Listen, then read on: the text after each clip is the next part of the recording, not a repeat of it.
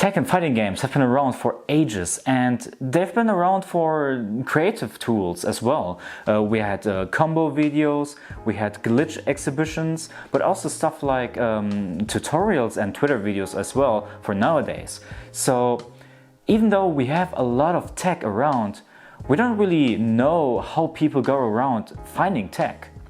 Now, if you're interested in that, then stay tuned and I will teach you a little bit more about how at least I go about finding tech. But be warned, this is not a tutorial for how to use a practice mode. This could be its own video in its own right.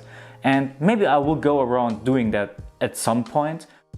So I will now teach you a little bit more about the general gist of finding tech. You ready? Let's get to it. Now, the very first step that you should be aiming for is, what is even your goal? What are you trying to find? Is it something that you've been inspired from other games, or maybe from other characters, or maybe other players? And what is it exactly that you're trying to create in your tech?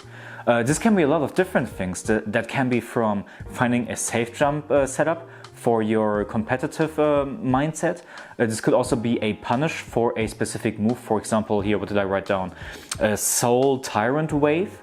But you can also aim for something that's not really competitively viable. For example, finding a jump H, land 5L route that Shao will have found in a week anyway. So shoutouts to Shao. And go for something like that. So this method is really applicable to different kinds of labbing.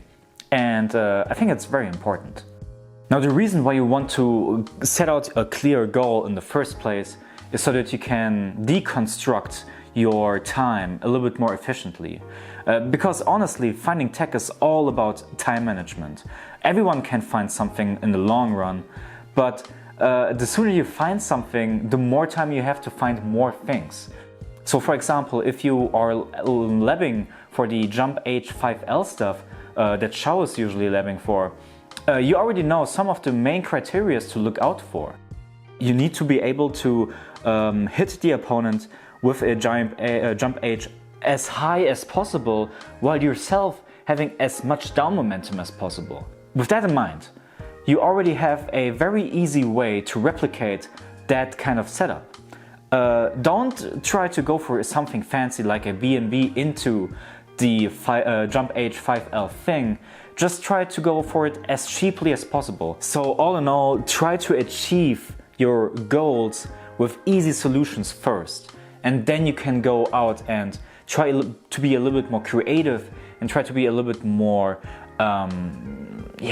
more difficult on yourself, so to speak. So with that, you can then build your repertoire for tech. Now, while you're doing all of that, stay flexible and always be observant of the things that you press. A lot of the things that tech mods find is honestly on accident. They will try to go for something different than they eventually will go to. I'm pretty sure the jump H to 5L thing wasn't something that whoever found it first was aiming for.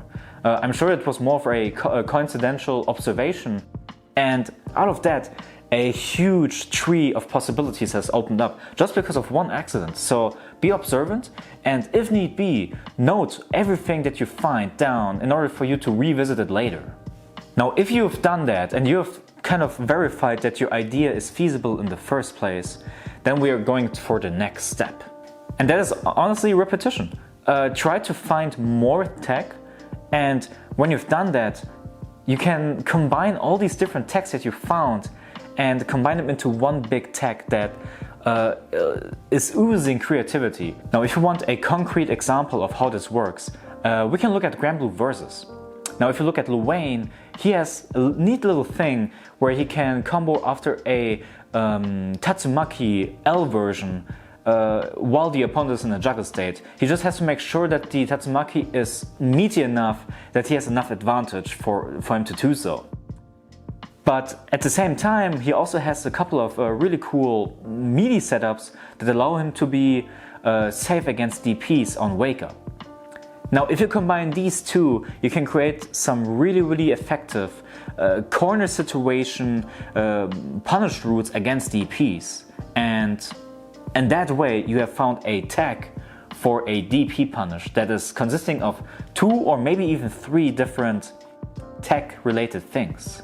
So in a general sense, or to put it bluntly, the tech that you find are becoming tools or, in a way, color palettes for your big canvas.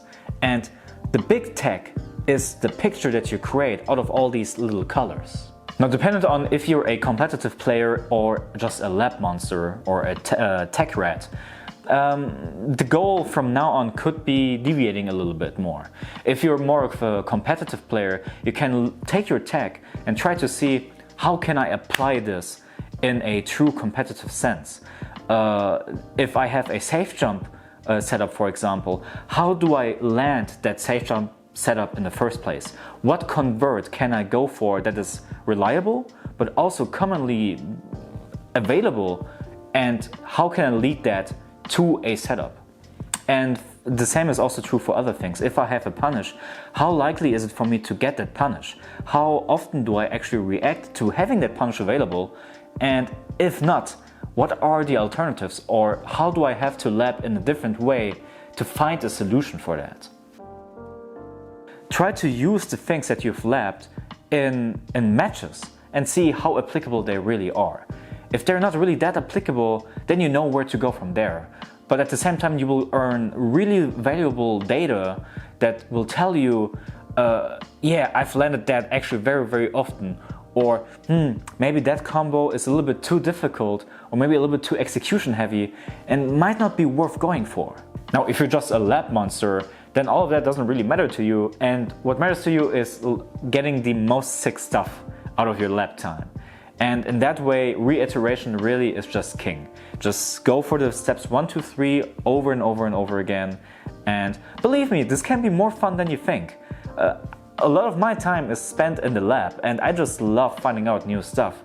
Even if I'm not using the majority of the things, but it can be really rewarding seeing the thing that you labbed being used by the best player in the world. Believe me, that happens more often than you think. A couple of you guys who might be working in game dev or in IT in general, you might realize that this is very, very similar to how people prototype their software or games. And yeah, this is the same methodology. We prototype a combo, so to speak. We first verify if it's even possible in the first place. And if we verify that it is possible, we try to find out in what way we can utilize that tech in maybe interesting or practical ways. And that about wraps it up for this video. Now, if you enjoyed this video, give it a thumbs up. And if you want to see Team USA in KOF 15, please tell SNK to do so. I miss myself some Heavy D. Thanks to Accelerator for editing this video as always, and thanks to Huggy Beats for making the sick beats that are as always on this video. Thanks for tuning in, and I hope to see you next time. See you then.